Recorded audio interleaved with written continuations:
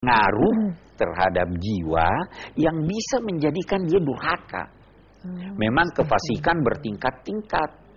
Nah, ayat ini berkata, jangan makan sesuatu atau sembelihan yang tidak disebut nama Allah atasnya, karena itu adalah kefasikan, berpotensi mengantar kamu keluar dari agama. Makanan itu punya pengaruh terhadap jiwa. Ada yang sudah ditemukan, ada yang belum ditemukan. Coba lihat, minuman keras berpengaruh tidak pada jiwa? Narkoba berpengaruh tidak pada jiwa? Nah, ada yang terus berkata, binatang buas kenapa dilarang dimakan? Karena sifat kebuasannya bisa berdampak pada kita. Berdampak, itu makanan. Nah, yang haram juga begitu. Ya, saya pernah dengar, Pak, katanya makanan junk food itu juga. Ada, itu dari segi kesehatan, betul punya dampak. Untuk anak-anak katanya sebaiknya. Iya, itu punya dampak, jelas punya dampak. Bukan haram ya, Pak ya? Dia tidak haram, kita tidak mau berkata haram, tetapi itu tidak baik. Sama halnya dengan masak terlalu matang sayurnya, itu tidak haram, tetapi punya tidak dampak, sehat. Vitaminnya udah berkurang dan lain-lain sebagainya. Ini jadi jangan makan apa yang tidak disebut nama Allah atasnya. Sungguhnya itu adalah kefasikan, itu adalah potensi untuk keluar dari agama. Baru dia katakan, wa inna syayatina la yuhuna ila awliyaihim. Sesungguhnya setan manusia atau setan jin berbisik-bisik kepada teman-temannya untuk membantah kamu. Ini enggak apa-apa, ini haram, enggak apa-apa. Ya kan? Itu setan itu. Bisa jadi setan manusia, bisa jadi setan jin. Liyujadilukum, untuk membantah kamu. Wa in ata'tumuhum, kalau kamu taat kepada setan-setan itu, maka kamu berpotensi mencapai puncak dosa, yaitu berpotensi kamu menjadi musyrik. Belum jadi musyrik pertamanya, tapi melangkah ini kan yang banyak nih sekarang ini kita lihat itu. Oh, ini enggak apa-apa, ini melangkah. Akhirnya lupa agama, keluar dari Islam. Saya kira itu. Baik, terima kasih Pak. Pemirsa, tetaplah bersama Tafsir Al-Misbah.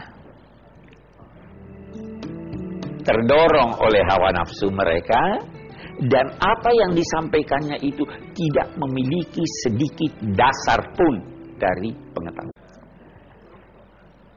Pemirsa, Anda masih bersama kami dalam program Tafsir Al-Misbah mengenal surah Al-An'am.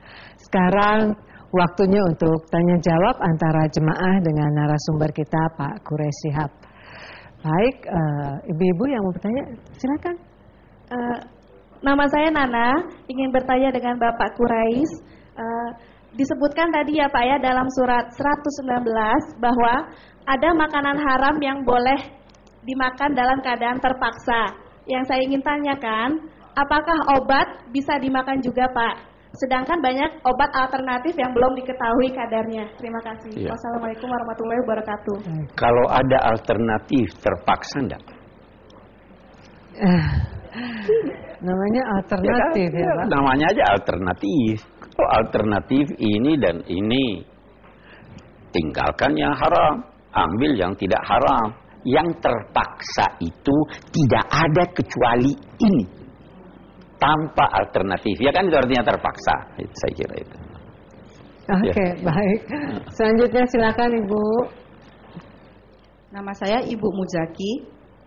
Pak, Al-Quran sering menyebutkan tentang aktivitas makan. Sebenarnya apa konsep Al-Quran dalam aktivitas makan itu? Terima kasih. Terima kasih. Konsep, saya dulu tidak ingin menggunakan kata konsep dalam konteks Al-Quran. Banyak alasannya, tidak usah kita bicarakan di sini. Tapi saya mengerti maksud Ibu bahwa bagaimana sebenarnya tuntunan Al-Quran dalam konteks makan, ya kan? Pertama begini, kulu mimma fil ardi halalan thayyibah, makan yang halal dan yang thayyib, itu dulu satu. Ada yang halal tapi tidak thayyib. Thayyib itu apa artinya? Thayyib itu baik. Baik itu apa maksudnya? Proporsional. Ya. Ada makanan baik buat ibu, ada makanan baik buat bayi. Jangan kasih makanan yang baik buat ibu, buat bayi, itu tidak proporsional. Ya kan? Itu thayyib. Nah, yang kedua, kadarnya. Proporsional juga itu. Jangan makan terlalu banyak, jangan juga makan terlalu sedikit. Nah, itu lantas Nabi menjelaskan itu bahwa apa? Kalau mau makan jangan penuhkan perut. Kalaupun harus memenuhkannya, sepertiga buat makanan, sepertiga buat minuman, dan sepertiga buat bernapas. Ada lagi tuntunannya bahwa jangan makan yang kamu tidak berselera untuk memakannya. Ada makanan saya tidak begitu suka, makan aja kamu jadikan perutmu keranjang makanan, karena ya kan? Saya kira banyak sih sebenarnya. Jangan makan sebelum lapar. Dan kalau makan jangan kenyang. Kuluhu hani'am mari'a. Makanlah yang lezat tetapi baik akibatnya. Mari'a itu kamu puas karena baik akibatnya. Jangan lezat tapi buruk. Itu sebagian dari tuntunan agama menyangkut makan. Saya kira itu, Bu. Oke, baik. Ya, Ibu, selanjutnya silahkan. Nama saya Ibu Muhayara. Bapak Kures, ya, mohon penjelasan tadi di ayat 119 ada kata bighairi ilmin. Mohon dijelaskan maksudnya ayat itu, Pak Kures. Terima kasih. Ya, ayat 119. Bighairi ilmin. Oh ya. Wa inna katsiran la yudhilluna bi ahwaihim bighairi ilmin. Tanpa sedikit ilmu pun, tanpa sedikit pengetahuan pun. Ilmin, pengetahuan. Dia pakai tanwin, ilmin menunjukkan sedikit. Oke, sekarang kita lihat begini. Ada orang mempengaruhi Anda kepada keburukan, tapi dia punya sedikit dasar pengetahuan.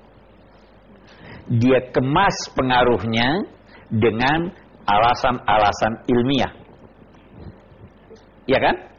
Nah, ada orang yang sudah pakai hawa nafsunya, tidak ada di dasarnya sama sekali. Itu yang banyak.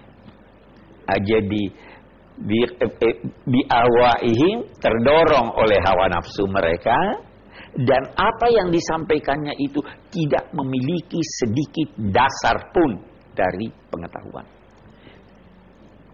Ya, boleh jadi ada orang menjelaskan pada Anda, dia pengaruhi Anda dengan mengatasnamakan ini ilmiah, padahal sebenarnya bukan ilmiah. Iya. Itu yang dimaksud ya. Jadi untuk menggambarkan betapa buruknya itu. Sudah dorongan hawa nafsu, tidak berdasar pengetahuan lagi. Saya kira begitu, Bu. Iya, baik, terima kasih. Cukup jelas ya, Ibu-ibu? Oke. Pemirsa, tetaplah bersama kami akan segera kembali. Jangan berkata manusia lebih tahu apa makanan yang cocok buat dia. Kita bisa membuktikan bahwa apa yang dinyatakan Allah itu haram memang buruk buat manusia.